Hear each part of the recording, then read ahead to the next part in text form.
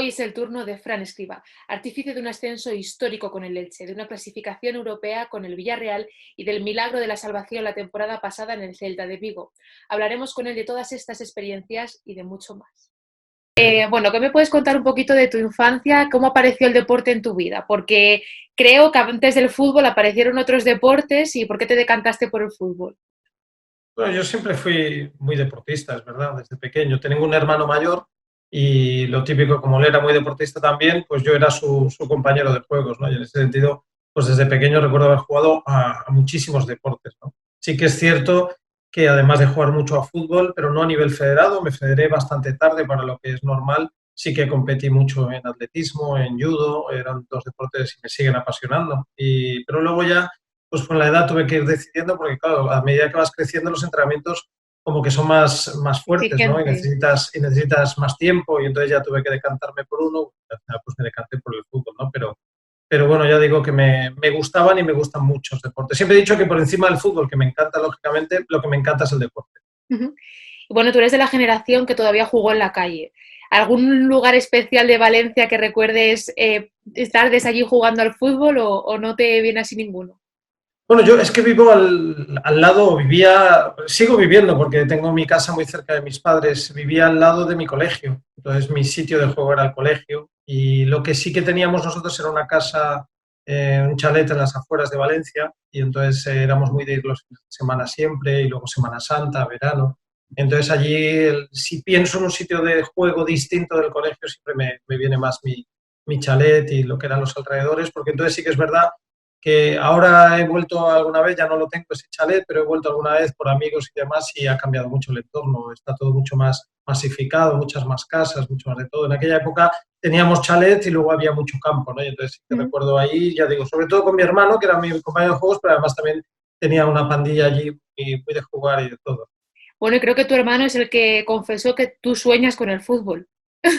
Ah, sí, sí, es cierto. Sí, porque compartimos, por lo típico, cuando eres más pequeño compartes habitación y Claro. él me lo decía constantemente, ¿no? Me decía, hoy has soñado muchísimo porque has marcado goles, porque bueno, se ve, pues diría en voz alta gol y cosas así. Y siempre me lo recordaba, la verdad es que era muy, bueno, pues normal.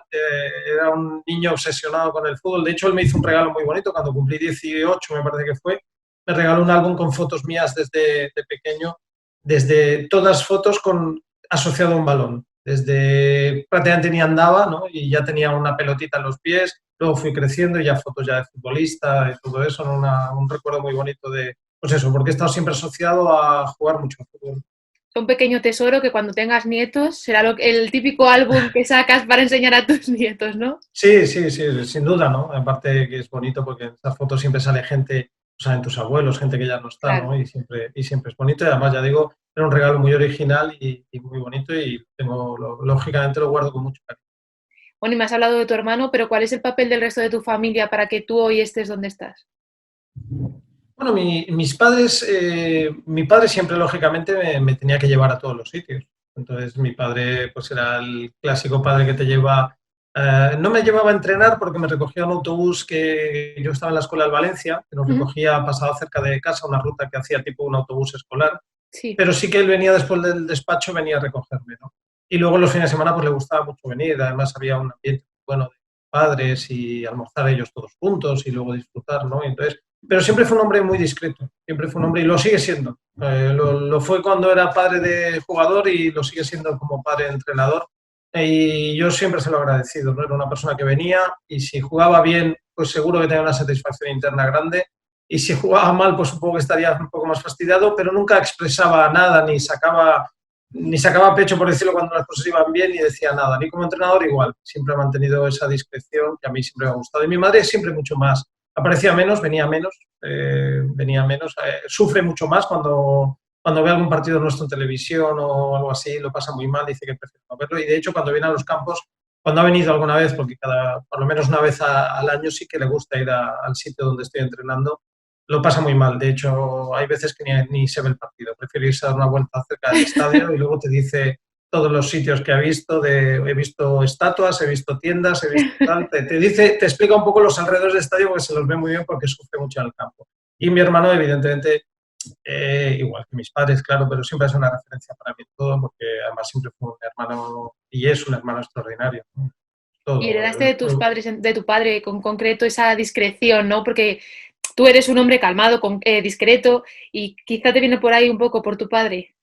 Sí, en general toda la familia somos tranquilos, pero es verdad que a lo mejor mi hermano es más extrovertido que yo, en ese sentido es más divertido, por decirlo de algún modo, ¿no? Pero sí, yo a lo mejor me parezco un poco más en ese... Siempre dicen que físicamente me parezco más a mi madre, pero a lo mejor de carácter sí que soy más tranquilo como es mi padre. Y de hecho en el fútbol se apela mucho al carácter. ¿Alguna vez te ha jugado una mala pasada esto de ser un poquito más introvertido, más discreto, más calmado?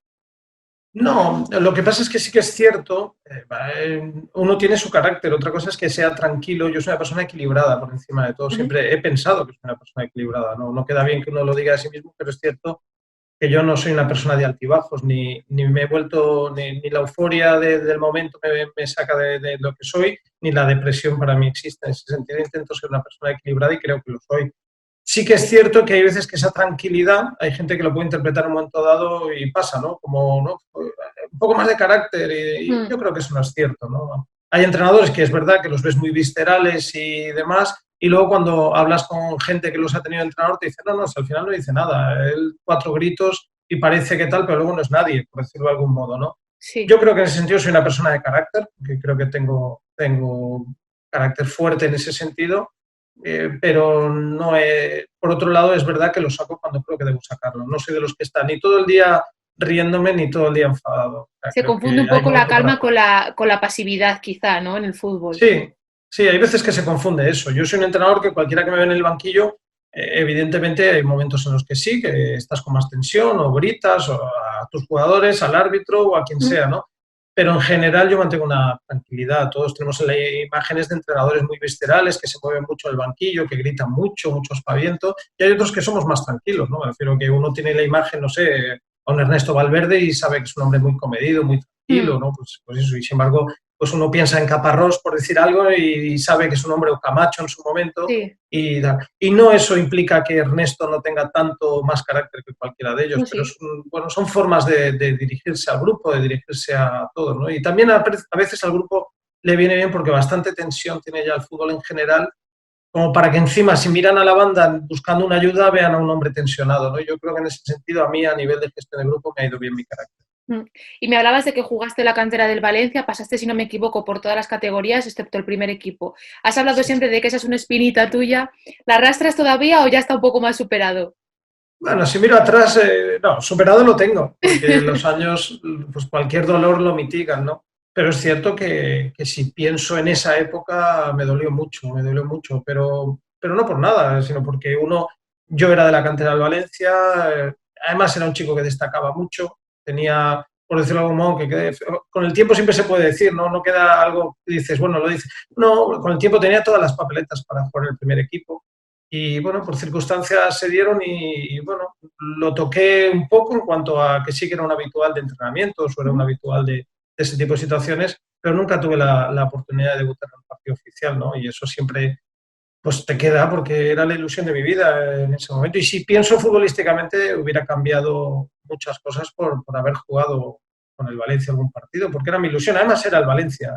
Con el tiempo, lógicamente, uno se hace entrenador y no es de ningún equipo en concreto, es del suyo y los Claro. demás pues le tienen más simpatía o menos, como obviamente le sigo teniendo simpatía al Valencia o cariño, pero en aquella época en la que como un niño, un adolescente eres claramente un equipo, yo tenía una ilusión enorme por ser el Valencia, pero bueno, en la vida yo no me quejo, no me ha tratado mal, pero sí que es cierto que me quedó el no haber podido jugar con él. Y cuando ya eras jugador, ¿pensabas en ser entrenador o eso vino con el tiempo? Porque no sé si de lo que aprendiste como jugador has aplicado algo a tu etapa de entrenador o has tenido que desaprender más que aprender. Bueno, es complicado. Yo tuve buenos, siempre pienso que tuve buenos entrenadores, pero era otra época. Me Claro. refiero que cualquier compañero de mi generación, y hay muchos ahora de esa generación que estamos entre 45 y 55, te dirá que sus entrenadores tácticamente no les enseñaron nada. Pero eso no significa que no fueran buenos entrenadores, es que en aquel momento no se estilaba eso. Primero no Evoluciona había. el fútbol. Claro, no había vídeo tampoco, me refiero, no existía la posibilidad que tenemos ahora de tantos medios Claro. para cortar imágenes, enseñar. En aquel momento, pues la corrección era desde conocimiento de ese entrenador, desde su autoridad también, te corregía y tú lo aceptabas y lo asumías, el error que él decía que habías cometido o el acierto que habías hecho. Entonces era distinto, pero aprendí mucho de todos mis entrenadores. Y luego sí que es cierto que yo cuando ya tenía, no llegaba a 30, 28, 29 años, ya me saqué el nivel 1 de entrenador. Me refiero que como se puede hacerlo estando en activo, ya me lo saqué, ¿no? Y luego no, el 1 no, y luego el 2. Me saqué los 2 primeros niveles siendo jugador todavía. Y entonces, pues bueno, eso demuestra que sí que en los últimos años ya pensaba entrenar. Me gustaba y me sigue gustando. La verdad es que siempre digo que echo de menos lo que es el vestuario. La diferencia más grande que yo noto es que cuando tú llegas a entrenar como entrenador tienes unas responsabilidades, tienes tus compañeros, trabajas con ellos y estás muy a gusto, pero ese ambiente que tiene un vestuario de jugadores, no de entrenadores, sí que se echa de menos. No es mucho más bonito, pero bueno, es una forma de estar también ahí cerca de todo ese ambiente. Claro, cambia un poquito el rol, ¿no? Has pasado de estar dentro de la piña a controlar a la piña. Sí, sí, sí. Pasas de... Yo además siempre me he considerado un muy buen compañero, en el sentido de que me llevaba muy bien con mis compañeros y sigo... A mí me gusta mucho que compañeros con los que juego hace 30, 35 años, ayer mismo me enviaron una foto de cuando estaba en el Valencia Juvenil.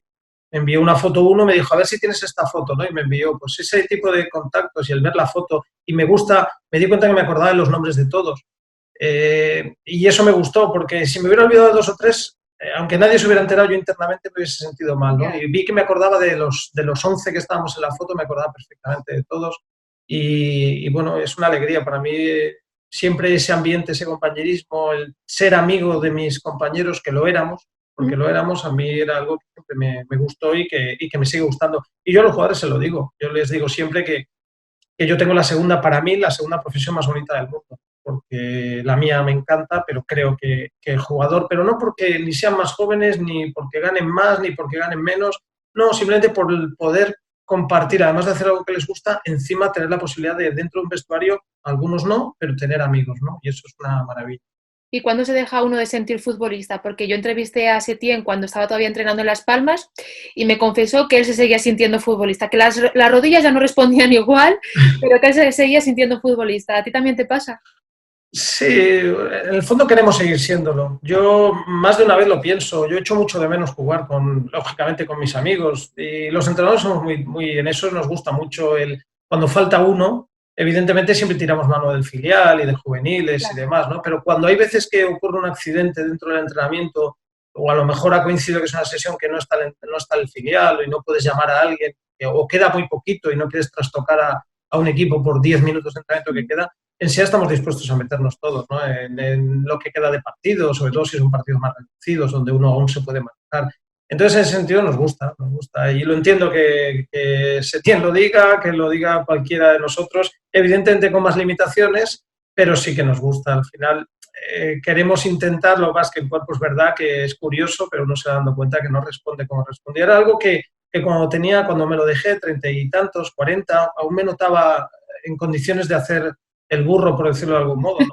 Pero ahora sí que evidentemente uno se da cuenta que no, que uno ya hay ciertas cosas que no puede y lo malo es que los jugadores se dan cuenta. Y entonces te tratan como un señor mayor y eso ya te duele muchísimo. Bueno, y una de las cosas que dices es que el líder de un equipo es el propio equipo. Quizás ese pensamiento está un poco heredado de esto que me estás comentando, de la camaradería que te da ser una piña, un equipo. Sí, sin duda. Esta mañana me ha pasado una cosa además curiosísima. Me ha enviado Marcos Abad, que es entrenador de porteros en el Leeds United, fue entrenador de porteros mío en el Elche. Me ha enviado un vídeo que hicimos a los jugadores en la víspera del ascenso a Primera División con el Elche, el primer año nuestro. Y era un vídeo muy bonito de 6 minutos. Él me ha dicho, dice, me estaba emocionando mientras lo veía, me lo envió y es que era muy emocionante. Y era todo equipo, hicimos un equipo y había fotos y vídeos de abrazos, de cenas, de jugadas, de celebraciones. Entonces, pues evidentemente es fundamental. Un entrenador, yo siempre he pensado que dentro del equipo, cuando se habla muchas veces de ese liderazgo, que se dice, es que en el vestuario no hay líderes, no hay líderes. Evidentemente tiene que haber un líder que es el entrenador. El entrenador tiene que ser el líder de un vestuario, pero tiene que ser un líder al que la gente quiera seguir, porque hay gente que es muy líder y entrenadores, todos tenemos en la cabeza grandes entrenadores con una capacidad de liderazgo grande, pero notas cuando el equipo le sigue y cuando no le sigue, ¿no? Y yo creo que eso es fundamental. Yo he tenido la suerte en general de que los vestuarios han trabajado muy bien conmigo, no tengo ninguna queja, he tenido muy pocos problemas individuales con jugadores, porque en general, con independencia del rendimiento, porque es verdad que hay veces que el rendimiento no ha sido bueno, de ellos, mío o de los dos, pero a nivel de trabajo, a nivel de problemas, a nivel de no creer en el trabajo que hacían, yo nunca me he sentido así, siempre he sentido respaldado por el vestuario a todos los niveles y en ese sentido creo que he ejercido un liderazgo positivo para el grupo. ¿Y cuál es la receta? ¿Acercarse al grupo o dejarles espacio? No, yo creo que uno tiene que encontrar ese equilibrio. Yo fui 7 años segundo entrenador y eso me permitió, digamos, está claro que el jugador está dentro del vestuario, el segundo entrenador está a mitad de camino de ese vestuario de entrenadores y jugadores y luego está el entrenador que pisa ese vestuario solo cuando debe y cuando cree que debe pisarlo, ¿no? Pero como segundo yo tuve la suerte de estar en grandes vestuarios de grandísimos futbolistas, Atlético de Madrid, Valencia, Benfica, vestuarios muy complicados con gente muy, muy importante y eso me permitió mucho conocer cómo respira un vestuario, ¿no? Entonces, también sé que ese vestuario a veces requiere que el entrenador entre y que esté con ellos y hay veces que requiere que el entrenador no aparezca por allí, ¿no? Y a mí eso me ha servido. Seguro que me he metido alguna vez sin tener que haber entrado y alguna vez dejé de entrar cuando ellos pensaban que debía ir, ¿no? Pero en general creo que esos 7 años de entrenador, de segundo entrenador, me sirvieron para saber cómo respira un vestuario y me ayudó siempre o me ayuda a gestionar. Luego, evidentemente, tienes alrededor un cuerpo técnico de gente muy preparada y yo he tenido la suerte siempre de tenerlos, que también esa distancia que tú tienes saben manejarla muy bien e incluso a veces te aconsejan acortar la distancia, separarte más. Yo creo que eso es fundamental, saber en cada momento lo que necesita un vestuario. Que eso es un poco la intuición, ¿no? Propia y del resto del staff técnico. Sí, sin duda, sin duda. Yo le digo a muchos compañeros cuando doy charlas en los cursos de entrenadores o en los másteres que se hace la federación o cualquier comité de entrenadores, siempre les digo a ellos, digo, si venís a verme entrenar a mí, pero no a mí, si vais a ver y yo lo he hecho, yo he ido a ver entrenadores, compañeros de máximo nivel, hubo un impasse entre el Villarreal y el Celta, me fui a Inglaterra, yo estoy viendo al City, estoy viendo al United, vas a ver entrenamientos y te das cuenta que nos diferenciamos poco en general. Es un poco como el genoma casi, ¿no? Tenemos todos, o sea, la mayoría de los animales lo tenemos muy parecido, pero hay pequeñas diferencias. Pero esto es un poco igual, ¿no? Tenemos todos una base que podría ser el 90 y tantos por ciento, en las que cualquier entrenador de juvenil de cualquier ciudad de España entrena muy parecido al primer equipo de cualquier importante de primera división. Y yo siempre les digo que lo que nos diferencia realmente es la parte que no vemos. El cómo maneja uno la parte que no está cara al público. Entre el ejercicio puede ser igual, el tipo de partido modificado, los ejercicios de finalización, un montón de cosas son súper parecidas. Pero la parte esa que no vemos de vestuario, de gestión de grupo, de coger a un jugador y llevártelo a tu vestuario para hablar con él de algo muy serio, de saber llevar el grupo también en momentos de broma, en los viajes, creo que esa es la parte que nos diferencia y esa es la parte que no se ve. Y a mí siempre digo que es la que me encantaría ver de otros compañeros para saber en qué yo estoy equivocándome o qué creo que puedo hacer mejor. Bueno, y creo que para ti un verbo súper importante es fluir. ¿Cuánto hay de ese fluir en tu experiencia como entrenador? Porque es verdad que tú empezaste como segundo, estuviste durante muchos años en grandes equipos, que luego hablaremos un poquillo de ello. Tu intuición, ese de dejarte fluir, ¿cómo ha influido en el desarrollo de la carrera tuya como entrenador?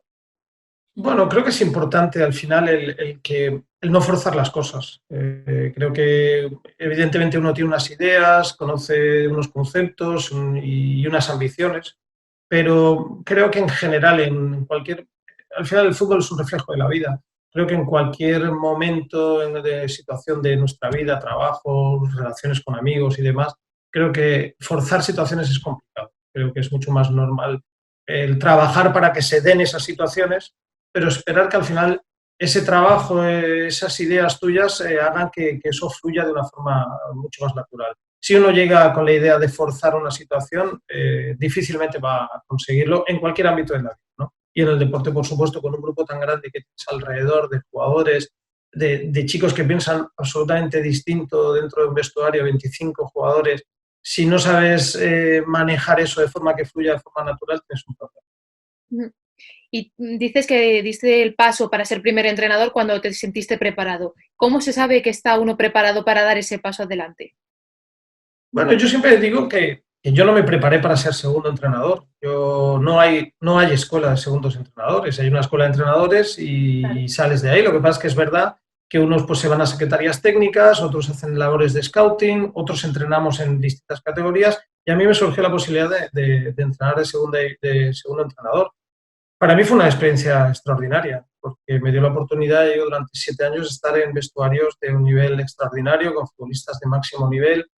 Bueno, me metió, digamos, de lleno en lo que era el fútbol profesional. Luego llegó un momento en que nunca pensé ni que estuviera ni más preparado ni más preparado. Siempre me he visto que estaba preparado, pero también he sido consciente y soy consciente ahora de que siempre me faltan cosas para mejorar, muchas más. Entonces sigo preparándome, que es lo creo que es lo importante.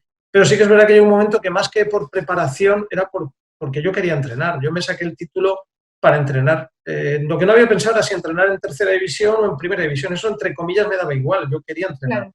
Entonces, fue más un deseo de quiero entrenar que no quiero ser un buen segundo entrenador toda mi vida. Y entonces, bueno, pues di ese paso y, bueno, perdía económicamente, perdía a nivel de categoría, porque de hecho de estar en primera división en clubes que jugaban Champions y demás, pasé a un equipo de segunda, pero no me importó porque lo que me apetecía era eso. Y no me hubiera importado seguir en segunda o en segunda B, lo que quería era entrenar y no ser segundo entrenador. Esos años fueron una especie de máster porque se cuentan en títulos también. Estuviste en el Atleti, ganaste títulos, estuviste en el Benfica, ganaste títulos. Al final, todo eso son una suma de experiencias lo que te lleva a ti al Elche, que es un poco el punto de partida, ¿no? Sí, ¿Y de qué sí, sí, es manera? verdad. Porque un ascenso histórico. Sí, sí, la verdad es que sí. Bueno, el primer año en Getafe fue muy bonito, porque el Getafe era un equipo nada que ver con lo que es ahora, un equipo recién ascendido, que ellos mismos incluso el planteamiento era, lo normal es que bajemos, no nos vamos a gastar un dinero que no tenemos porque a lo mejor nos endeudamos y bajamos y encima nos endeudamos. Entonces, era un club muy familiar en ese sentido y hicimos un año bueno, sufriendo muy poco y nos salvamos bien. Y de ahí es verdad que dimos el salto al Valencia, que para mí, lógicamente siendo mi ciudad y el club donde yo me había criado, pues era un sitio especial, ¿no? Y no fueron 3 años, fueron 2 años y medio, porque nos destituyeron la tercera temporada, pero fueron muy bonitos, muy duros en cuanto a que había una tensión social muy grande en esa época en el Valencia y repercutía en el club y en el día a día, y en ese sentido fue desagradable, pero a nivel futbolístico estar en el club de tu ciudad, donde uno ha querido jugar, por lo menos entrenarlo La y con tirita, mucha ¿no? gente amiga cerca, ¿no? Porque en la ciudad deportiva, en el día a día, me encontraba ex compañeros, amigos, era mi ciudad, es mi ciudad, ¿no? Y entonces muy bonito. Luego el salto a Benfica también fue extraordinario porque es un club, bueno, hay que conocerlo para saber lo grande que es ese club y la repercusión que tiene en Portugal y fuera de Portugal, porque es un club de, vas a jugar a Europa y te aparecen 10.000 portugueses en entrenamientos, es una locura, ¿no? Todo el emigrante, el gran porcentaje de emigrantes son benfiquistas, entonces cuando su equipo iba era una locura, cuando nos tocaba ir a alguna ciudad extranjera era increíble. Y luego el Atlético de Madrid, evidentemente, fue muy especial. Primero porque es un club que uno desde fuera, bueno, le tiene simpatía porque siempre ha sido un club en aquella época, ahora ya siempre ha sido un grande, pero es verdad que ahora encima gana muchas veces. Pero en aquella época como que era, pues como se decía, el pupas, ¿no? Que se decía Sí. popularmente. Y es cierto que ganamos 2 títulos importantes, estuvimos cerca de ganar la Copa del Rey, Sí. tuvimos un gran grupo y la Un poco la afición primera allí. piedra, ¿no? De lo que es ahora el Atlético de Madrid. Sí, es distinto, porque era distinto, había una gran plantilla igual que la hay ahora, evidentemente, pero las ambiciones eran distintas. De hecho, pues eso, ganamos una Europa League, estuvimos cerca de ganar la Copa del Rey, la Supercopa Europa la ganamos, pero nosotros en Liga éramos un equipo débil. Nosotros, uno de los años, el año que ganamos la Europa League, creo que quedamos octavos en la Liga. Con lo cual demuestra que nosotros en Liga, ese salto que ha dado el Atlético de Madrid en los últimos años, no fuimos capaces de darle. Pero sí que es cierto que a nivel de lo que es el club, es la grandeza del club, la afición que es extraordinaria, es un club especial y yo yo lo he pensado más de una vez, han pasado ya muchos años de que estoy allí, porque han pasado al menos 8 años o 9 desde que salí y le sigo teniendo un cariño extraordinario y sigo teniendo además relación con mucha gente del club, que eso también te hace que ese cariño, ese roce no se pierda. Entonces, ese año en Elche, ¿cómo fue? Porque es que fue mejor inicio de carrera individual, creo que era difícil, porque era una situación, el Elche llevaba unos años complicados y además conseguisteis una clasificación histórica, un ascenso y posterior permanencia. Fue historia. Sí, sí, es verdad, es verdad. Hay una frase, yo nunca he sido muy de batallitas en ese sentido, pero es cierto que uno cuando piensa en ese Elche, si ya te viene lo del Elche de los récords, que era como se le conocía al equipo, porque batió un montón de récords por el camino. Fuimos líderes desde la primera jornada hasta la última, que eso nunca se ha dado, y siempre digo lo mismo, nunca nos superarán, nos podrán igualar, pero nunca batirá a nadie ese Claro. récord, porque eso ya está ahí, ¿no? Y eso, estar en una liga como la Segunda División, que es muy difícil, 42 semanas arriba es muy complicado y lo conseguimos. Luego fuimos un equipo que no encajaba nunca goles, éramos un equipo compacto, durísimo, era muy difícil que nos generaran, no ya goles, sino nos generaran peligro, ¿no? Y luego éramos un equipo sin tener grandes goleadores, pero teníamos gente efectiva arriba. De hecho, nunca fuimos de los, estoy seguro, si hablo de memoria, pero seguro que no estuvimos entre los 6 equipos más goleadores de la categoría, pero sí que fuimos el menos goleado porque defendíamos muy bien, éramos un equipo muy intenso. Y luego lo que se vivió a nivel de ciudad también fue extraordinario, ¿no? Porque Elche es una gran ciudad, es muy futbolera. Yo cuando era pequeño, yo recuerdo al Elche en Primera División, yo los álbumes de cromos que todavía conservo de cuando era pequeño, tengo al Elche en Primera División, ¿no? Como tenía el Castellón o el Hércules, equipos de Murcia mismo, equipos históricos que ya no están. Pero sí que es cierto que llevan 24 años sin estar en Primera División, una ciudad muy futbolera, e incluso por el camino habían baja segunda B, muchos problemas y bueno, el ascenso fue extraordinario y los 2 años siguientes también lo fue. Una lástima que bueno, pues que una gestión Ya. no buena, mala en lo económico, mala en cuanto a gestión, pero nada que ver con lo futbolístico ni demás, pues llevó al equipo a segunda división, pero ese equipo debería estar en primera y estoy convencido, además siempre lo dije, cuando me fui lo dije, que con un poco de paciencia lo hubiera sido un equipo asentado en Primera División sin ninguna duda y luchando por cosas superiores en un momento. Bueno, y seguiste la Comunidad Valenciana haciendo historia también con el Villarreal, clasificación europea. ¿Te Sí, gustó sí. la comunidad? Es un poco tu comunidad autónoma, pero vamos, de historia en historia. Sí, bueno, tuve primero el paso por En Getafe, ¿no? Getafe, Después es de, cierto. sí, el paso, que fue una lástima. Yo, ¿Qué pasó eh, ahí? sí, fue un año muy extraño, porque fue extraño porque cuando ya estaba empezada la segunda vuelta, nosotros éramos octavos en la liga. Ujú. Me refiero que estábamos a nada de la salvación, sumando nada, quedaban a lo mejor 18 jornadas y sumando 12 puntos estábamos salvados. Y la sensación es que incluso el ambiente se hablaba, bueno, y hay posibilidades de llegar a UEFA, que yo, claro, yo no entendía ese mensaje tampoco. Pero es cierto que lo que nada hacía suponer que el equipo se fuese a caer, ¿no? Y es la única vez en mi vida que me he sentido totalmente frustrado porque no pude con aquello. O sea, de una racha buenísima de estar, ya digo, jornada 20 o cosas así, estar octavos, a lanzar 12 jornadas seguidas sin ganar, ¿no? Creo que sumamos 3 o 4 empates y todo lo demás derrotas. Y meternos de estar octavos a estar en descenso, ¿no? Y yo vi que no podíamos con aquello. El grupo no iba donde yo quería ir, no, es la única vez en mi vida que no he estado Cómodo. convencido de que podía sacarlo porque yo veía que el grupo no. Y fue una lástima, porque ya digo que el año, más de la mitad del año fue bueno, pero se quedan, lógicamente, y es lo que queda en la memoria de mucha gente, los Claro. 2 meses esos terribles, 2 meses y algo, que nos llevaron mal y que llevaron a mi destitución, ¿no? Y eso, y fue una lástima. Y es algo que es un club al que yo le tenía mucho, le tengo cariño, pero porque había sido el primer sitio profesional donde estuve de segundo entrenador y sentí decepcionar. A mí me decepcionaron muchas cosas que viví, pero yo también, lógicamente, entiendo que yo les decepcioné a ellos también, ¿no? Y fue doloroso. Y luego de ahí ¿Cómo sí te que es definió cuando, emocional y mentalmente para luego dar el paso a Villarreal? bueno, lógicamente, me destituyen y me voy a mi casa pensando en qué cosas he hecho mal, qué cosas he hecho bien, qué puedo mejorar. Y ese año no voy a empezar entrenando. Estoy en casa tranquilamente pensando llegará un momento bueno y fue cuando ocurre una destitución muy extraña, que es la destitución de Claro. Marcelino en agosto. Ujú. Porque claro, en marzo uno espera destituciones o Sí, en pero en agosto diciembre, no. porque las competiciones están en marcha, ¿no? Claro. Y entonces, pero en una pretemporada sin haber empezado la liga, uno no espera una destitución de nadie. Y No, entonces yo estaba tan tranquilo en mi casa de verano y bueno, a las 11 de la noche me llamaron por teléfono para decirme que me estaba buscando un Fernando, que Fernando Roche estaba intentando localizarme.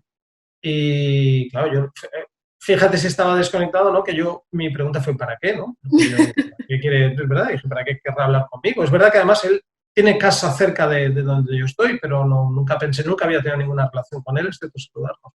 Y entonces me contaron lo que había pasado y en efecto, pues esa noche ya me reuní con él y cogimos al Villarreal. Una situación muy difícil, Sí. porque es verdad, porque pillamos un equipo que venía de hacerlo muy bien a nivel deportivo, pero a nivel anímico el grupo estaba muy tocado, con muy mal ambiente, con una sensación de fin de ciclo a nivel humano, no digo deportivo, Sí. evidentemente, como que ahí había muchos desgastes y nos tocó heredar ese vestuario y la verdad es que nos fue muy bien, nos fue muy bien. El inicio fue duro porque cuando recoges un grupo hay veces que lo puedes coger estable o incluso ya con ánimo de subir.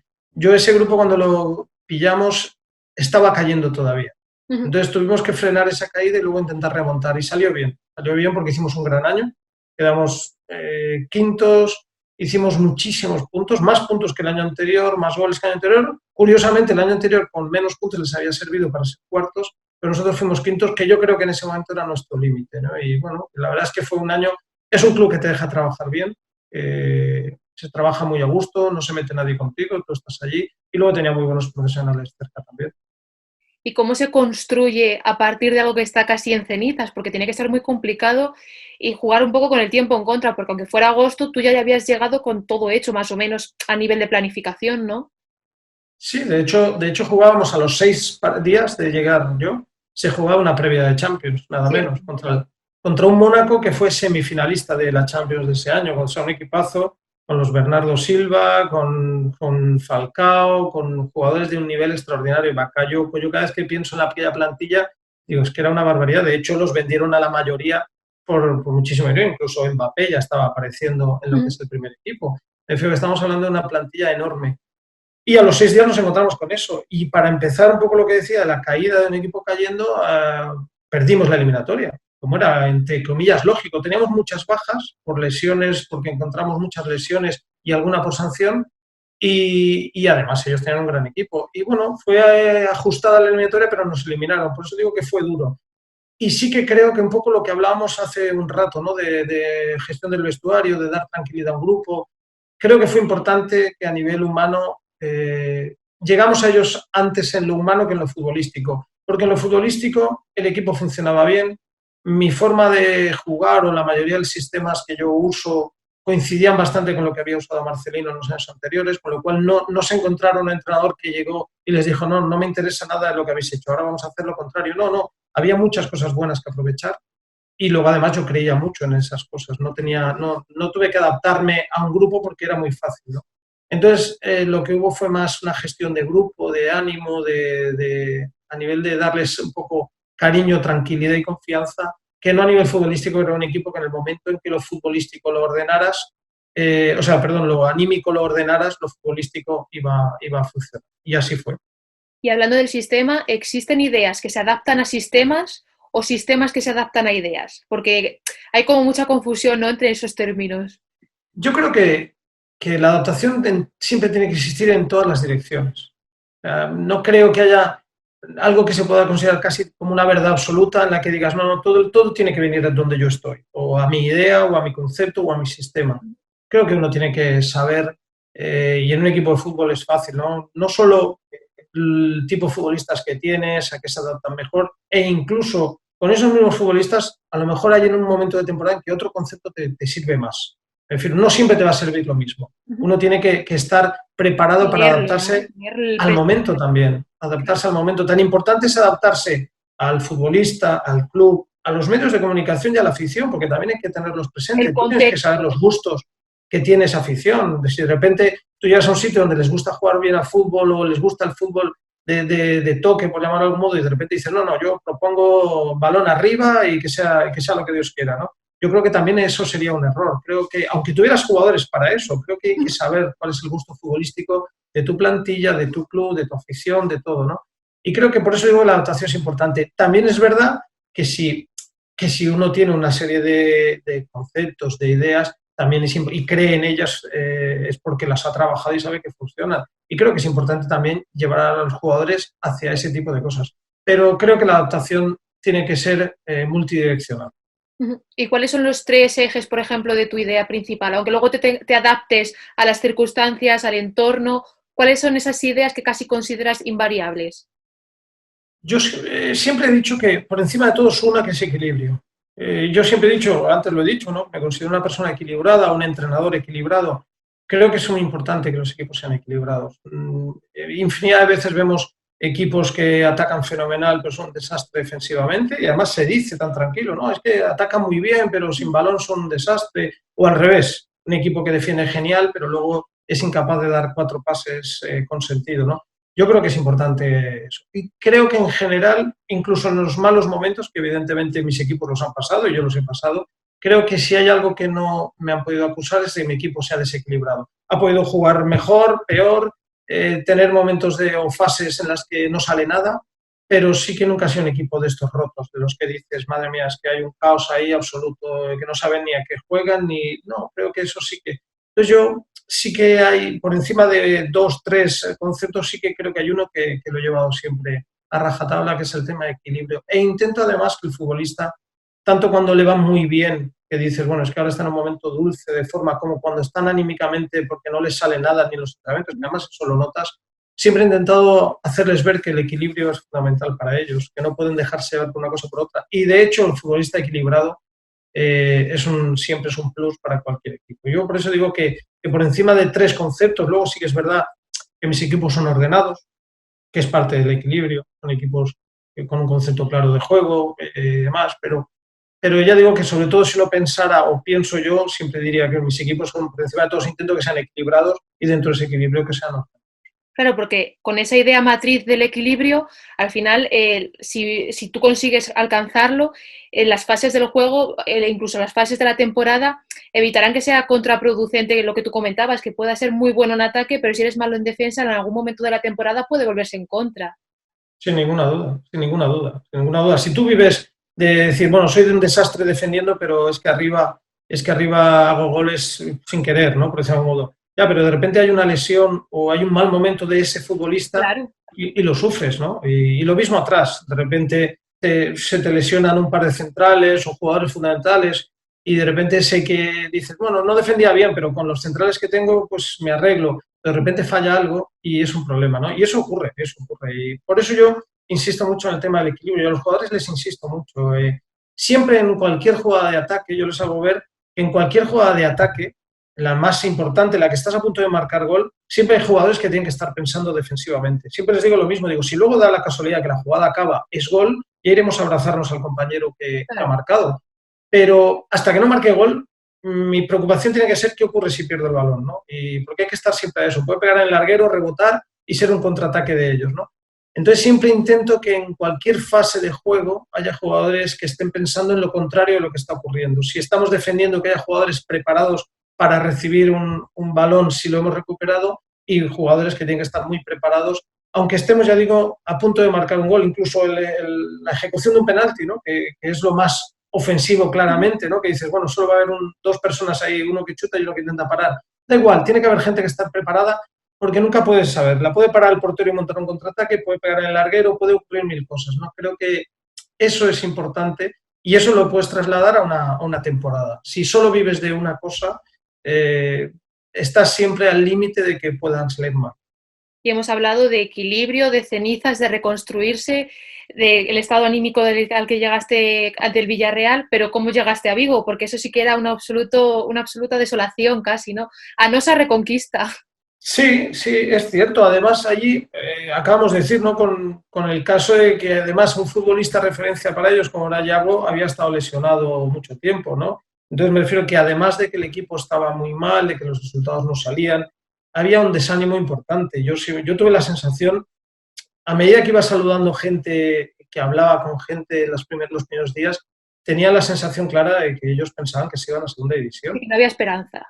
No la había, pero es cierto que hubo varios factores. Primero, ya digo que a nivel de grupo creo que fuimos capaces de darles mucha confianza y tranquilidad, que era lo que necesitaba el grupo. Futbolísticamente no me preocupaban tanto, evidentemente había cosas que no eran buenas, pero pensaba que las íbamos a recuperar.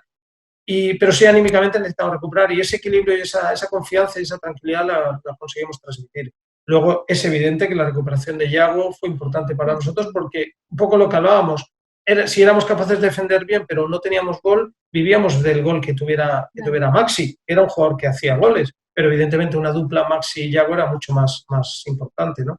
Y luego la tercera, que fue sorprendente para mí, porque fue sorprendente, pero fue muy bonita, que fue la comunión que conseguimos con la afición desde el principio. Fue extraordinario.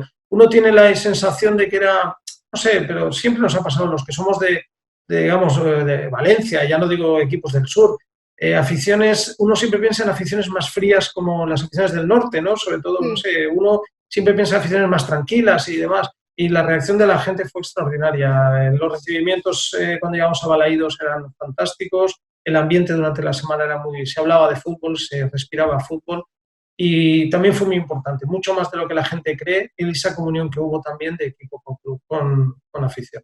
Más jugador número 12 que nunca, vaya. Sí, sí, sí, sin duda, sin duda. O sea, yo ya digo, además sorprendente. Uno, no sé, piensa, por decir, dos equipos claros, ¿no? Tipo Sevilla o Betis, y sabe que son aficiones muy calientes y muy de mucho ánimo. Pero hay aficiones que uno se los imagina más tranquilos y encima Balaídos ayuda poco en cuanto a que la distancia del espectador con el campo es grande, ¿no? Por los fondos que hay y eso. Pero no, consiguieron hacer un ambiente, pues eso, de Anosa Reconquista, fue muy bonito, muy emotivo. Y yo lo he dicho siempre, he vivido muchas cosas, pero Anosa Reconquista es uno de esas cosas señaladas que uno guarda. No tiene tantas, al final, si hace una selección, tiene 100 cosas buenas que recordar mínimo, pero importantes al final te quedas con 5 o 6 que dices, estas fueron decisivas en el Elche, en el Valencia, en el Atlético de Madrid, en todos los clubes, ¿no? En la de Vigo, con Anosa Reconquista, esa comunión que hubo, la tengo como una de las más importantes que he vivido en mi vida. ¿Y qué pasó meses después? ¿Se perdió la sintonía o qué ocurrió?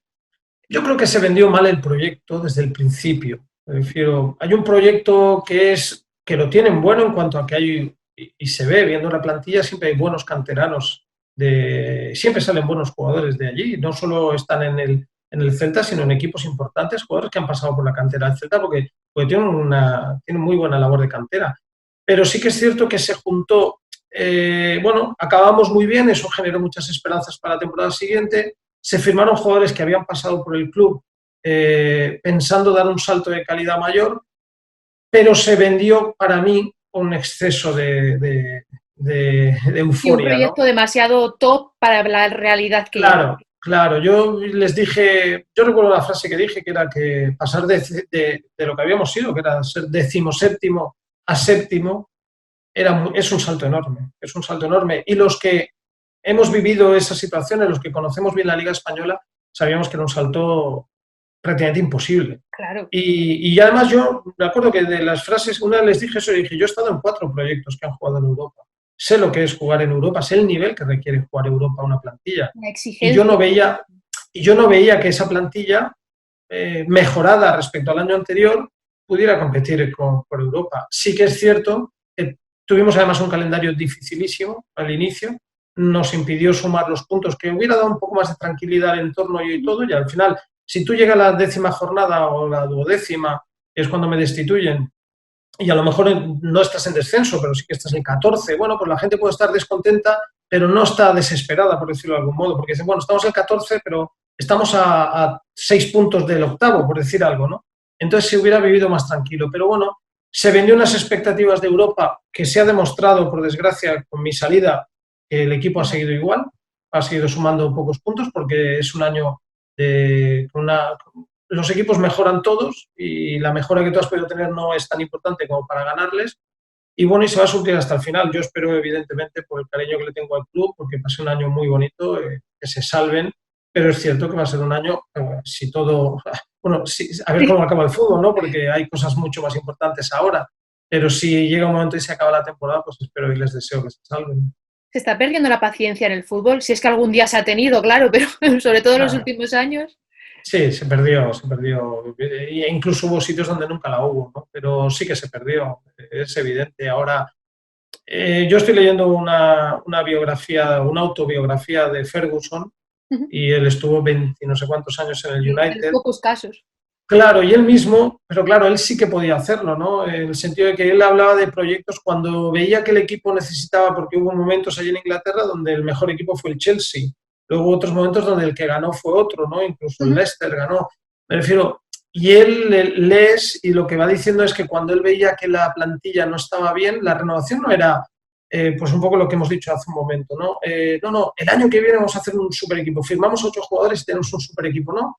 Él firmaba pensando en un proyecto de a ver si en los próximos 4 años volvemos a ser un club ganador. Que por el camino ganas una Premier, en ese caso. Bueno, un equipo como él va a estar cerca siempre de ganarla. Claro. O una Copa de la Liga, una FA Cup. Bueno, pues la ganas estupendo. Pero ellos, el proyecto, cuando firmaban jugadores, desaparecía poco a poco una generación e iban apareciendo una nueva generación de jugadores jóvenes. Ellos no pensaban, este año se van estos 4, entran estos 5 y el año que viene ya volvemos a ganar. No, el año que viene vamos a ver si estamos más cerca de ganar. Y Ujú. así, bueno, pues hacía un proyecto que después de 20 y tantos años le hizo ganar muchos títulos, ¿no? Eso yo creo que es un planteamiento muy correcto, pero es difícilmente que la gente lo Sí, vaya a hoy entender. día ya es imposible. Claro, si tú, el ejemplo mío último del Celta, hubiéramos dicho, hemos sido 17º, no pasa nada. Vamos a intentar este año que viene estar cerca de mitad de tabla. Claro. Y, y el año siguiente, si esto todo va bien, reforzamos el equipo y pensaremos en algo mejor. Y en un proyecto a 2, 3 años, no. Resulta que los entrenadores nos hacen contratos de 2, 3 años, pero tu proyecto a veces que es 2, 3 meses. Sí. Entonces, no casa bien, ¿no? Yo ahí sí que creo, nos pueden echar la culpa de muchas cosas, pero sí que creo que es de las pocas que a los entrenadores no nos pueden echar la culpa. Creo que en un porcentaje muy alto, no hablo por mí, hablo por cualquier compañero destituido de cualquier tipo, en un porcentaje muy alto las destituciones serían innecesarias si hubiera un poquito más de paciencia. Sí. Habrá otros que sí, habrá otros que seguro que dices, bueno, aunque este lo dejemos 6 meses más, va a ser peor todavía. Bueno, puede ser, pero creo que hay muchas veces que se dan casos de innecesariamente destituir gente y se nota porque los equipos con los cambios tampoco mejoran. Claro, Entonces te das sí. cuenta que el problema no era el que se fue. Pero sois el eslabón más débil. Sin duda, sin duda. Siempre se ha dicho la mítica frase de que es más fácil tirar a uno que a 25. Claro, Claro, eso lo dicen los presidentes o los directores deportivos o los directores generales, claro, cuando a lo mejor solo hay un presidente, un director general y un claro. director deportivo, que también podrían pensar que es más fácil tirar a uno Autocrítica que a en esa 25. parte del staff del club, no, no, no. Claro, pero cuando hablan de uno o 25 no hablan de ellos mismos, hablan del vestuario. Bueno, hay que aceptarlo, es parte del juego. Y ya por último, ¿cuál es el objetivo a corto plazo, sobre todo teniendo en cuenta las circunstancias actuales que te marcas? Bueno, yo aprovecho ahora el tiempo para organizar todos estos años de entrenamientos, claro, te generan miles de archivos, ¿no? Y Claro, los estoy organizando, estoy ordenando. eliminando, estoy duplicando muchos que no quiero que se pierdan, estoy haciendo muchas copias, estoy organizando, ya digo, a todos los niveles, desarrollando otras cosas y bueno, por el camino, pues leyendo mucho también. Al final, los entrenadores, yo creo que cualquier profesión, pero es verdad que la nuestra nos obliga a actualizarnos muchísimo porque tu actualización no solo depende del fútbol, que es verdad que a lo mejor a nivel de sistemas o ensayos o entrenamientos no varía tanto en los últimos años, pero hay jugadores nuevos todos los años y Claro. uno tiene necesidad de conocer cada vez más jugadores. Y por supuesto también aparecen entrenadores que aportan cosas. Entonces, bueno, pues aprovecho y utilizo mis días y sobre todo estos que estamos pasando en general tantas horas en casa y demás, pues aprovecho para todo eso, ¿no? Pero bueno, me sabe mal por lo que estamos viviendo, porque se está pasando muy mal, porque hay gente pasándolo muy mal, pero desde el punto de vista profesional, pues a mí me está dando muchas horas para adelantar todo eso. ¿Y creando un método o no crees en los métodos?